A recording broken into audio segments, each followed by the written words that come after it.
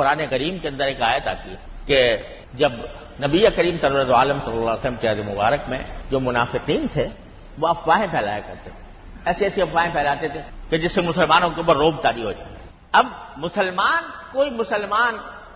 منافق کی ایک بات سنی کہ بھائی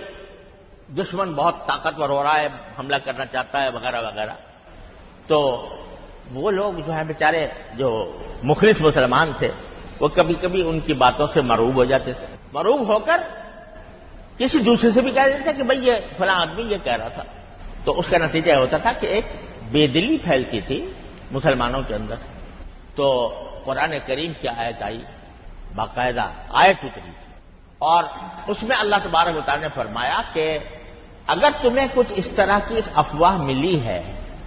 یا خبر ملی ہے تو اس کو آگے چلانے کے بجائے جو ذمہ دار لوگ ہیں، جو ذمہ دار ہیں، یعنی مثلا حضور اقدس صلی اللہ علیہ وسلم یا صحابہ کرام جو حضور اقدس صلی اللہ علیہ وسلم کے خاص صحابہ کرام تھے، ان کو جا کر بتاؤ کہ یہ افواہ پھیل رہی ہے، تو وہ اس کی کھود پرید کر کے صحیح فیصلہ کر دیں گے، صحیح بات بتا دیں گے تم، بجائے اس سے کہ تم عام لوگوں سے کہتے پھرو کہ بھائی فلاں نے یہ کہا، فلاں نے یہ کہا۔ یہ کہنے کے بجائے تم اولو الامر کو، یعنی ذمہ دار لوگوں کو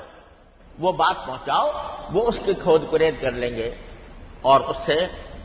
اس کا جو مداوع ہے وہ کر لیں گے، لیکن ایک دوسرے کے ذمہ داروں کے علاوہ کسی اور کے بات نہ پھیلا۔ تو اللہ تبارک و تعالیٰ نے اور اللہ کے رسول صلی اللہ علیہ وسلم نے ہمارے معاشرے کی اصلاح کے لیے اور اس کو پرامن بنانے کے لیے، جھگڑوں سے بچانے کے لیے، ایک دوسرے کو بدنام کرنے سے بچانے کے لیے یہ اصول وضع فرمائے۔